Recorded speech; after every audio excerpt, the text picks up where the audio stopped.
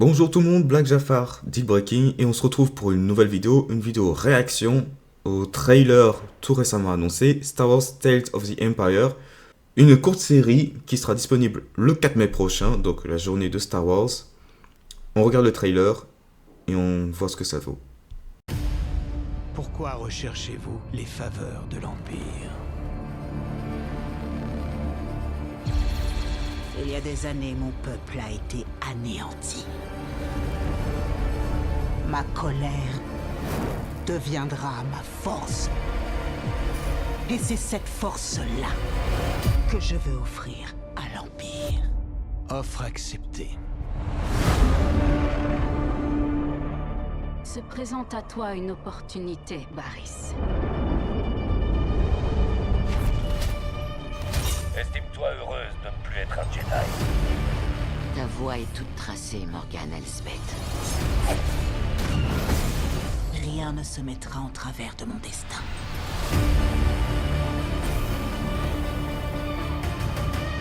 La pitié n'engendre que l'échec. Et je vais vous aider à surmonter cette faiblesse. Attaquez! Vous nous aviez dit que l'Empire nous apporterait son aide. C'est ainsi. Toute chose a un prix.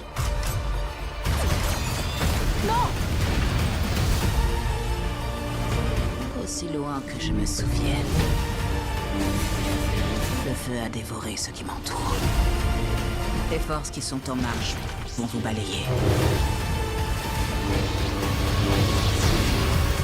Il va falloir que vous passiez le test ultime. Et vous serez des nôtres.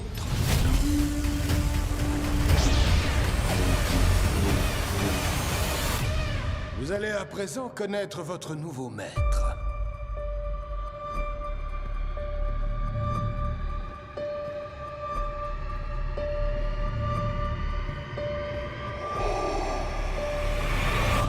Longue vie à l'Empire.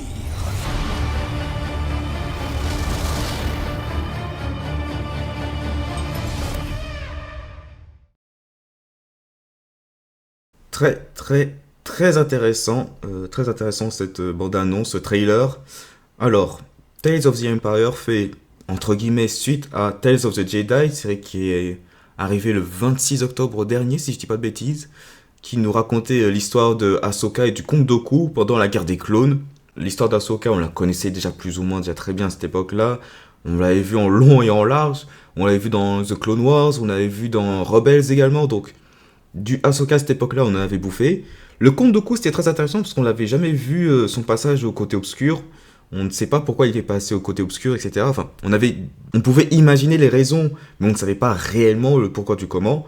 Donc la série nous l'a révélé. Tales of the Empire, ça va être tout aussi intéressant, si ce n'est plus, parce que là, on va suivre deux personnages, Barriss Offee, Morgan Elsbeth. Alors, pour la première, Barriss Offee, c'était une ancienne Jedi qui a été virée de l'ordre Jedi durant la guerre des clones, justement. On peut la voir dans la série The Clone Wars, qui a été virée parce qu'elle a accusé à tort Ahsoka Tano pour un crime, donc Ahsoka n'a pas commis. Et c'était la raison pour laquelle Ahsoka a quitté l'ordre Jedi, parce qu'après avoir été innocentée par Anakin, qui était le maître d'Ahsoka, elle a perdu foi en l'ordre Jedi et elle a décidé de partir. Et c'était une des grosses... un point assez important qui a amené Anakin vers le côté obscur de la Force. Et donc là, on la voit rejoindre les Inquisiteurs qui, eux, leur mission est justement de traquer les Jedi. Je peux comprendre qu'elle ait rejoint le côté obscur. À mon avis, je pense que sa capture s'est faite durant l'ordre 66. C'est pas impossible. Je pense qu'ils l'ont laissée en vie pour lui dire « Attendez, laissez-la en vie, on va lui donner une deuxième chance. » Et soit tu rejoins l'Inquisitorius, soit tu meurs, quoi, en fait, tout simplement. Et on peut voir qu'elle a rejoint l'Inquisitorius. Ce qui est très ironique, c'est que son maître va être Dark Vador. Et Dark Vador, c'est Anakin. Et c'est Anakin qui l'a justement arrêté. Donc, ça va être très... Est-ce que Dark Vador va tiquer lorsqu'il va la voir? Est-ce que ça se trouve, c'est lui qui a fait en sorte que ce soit elle qui rejoigne l'Inquisitorius? Peut-être qu'il a demandé qu'on la récupère en vie pour peut-être se venger ou peut-être particulièrement sévère envers elle. On ne sait pas encore, mais voilà, Barriss Offee va être, on va voir, une des inquisitrices, ou peut-être pas, mais tout porte à croire que oui, parce qu'elle va rejoindre les rangs. Et on la voit justement rejoindre les autres inquisiteurs vers la fin. On voit aussi le grand inquisiteur qui était justement là durant l'arrestation de Barry-Sophie, qu'il a justement condamné, il a jugé, qui était le grand inquisiteur qui était un ancien gardien du temple Jedi, qui est vraiment une faction très spéciale dans l'ordre Jedi. Donc c'est vraiment très ironique son cas. Le cas de Barry-Sophie va être très ironique et très intéressant. Le deuxième cas est un peu particulier parce qu'il s'agit de Morgan Elsbeth. Alors Morgan Elsbeth, elle vient de la planète d'Atomir, et pour ceux qui ne savent pas, c'est la planète natale des Sœurs de la Nuit. Donc c'est la planète natale de Mère Talzin. Et on voit cette faction-là se faire tout simplement décimer pendant la guerre des clones, encore une fois, et qui représentait une grande menace pour le futur empire, pour ainsi dire.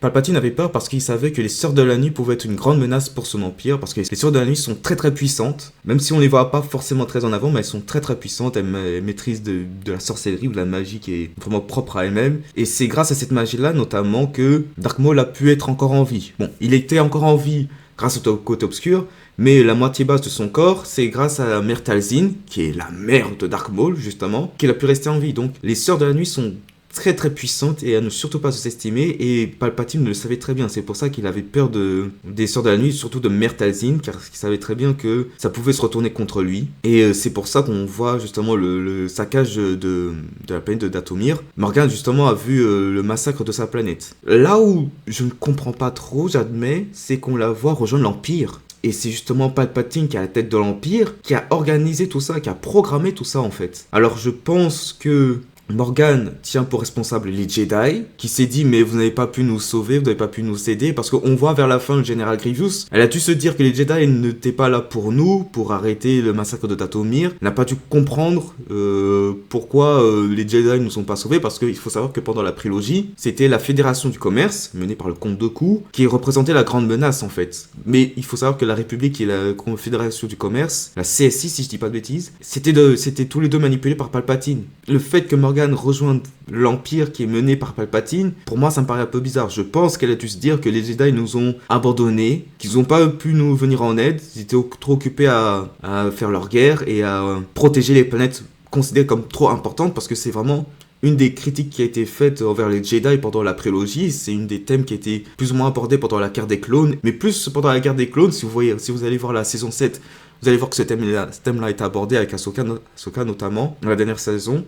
C'était beaucoup reproché que les Jedi se préoccupaient plus des planètes dites importantes, comme par exemple Coruscant ou Naboo, qui sont des planètes où il y a la République, etc.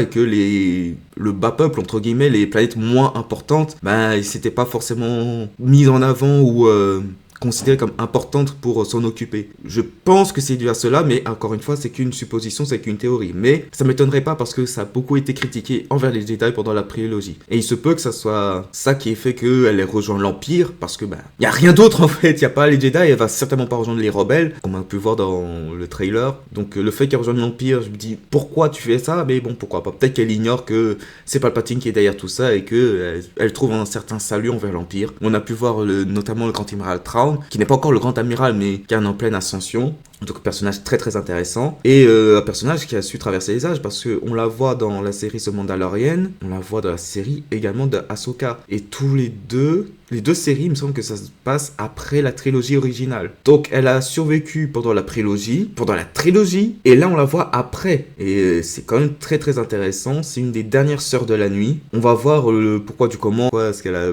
servi l'Empire. Pourquoi est-ce qu'elle continue à servir l'Empire? On va revoir, on voit qu'elle a plus d'une fois travaillé auprès de Thrawn pendant l'ère de l'Empire et après l'ère de l'Empire, donc après la chute de Palpatine. Donc ça aussi c'est très intéressant.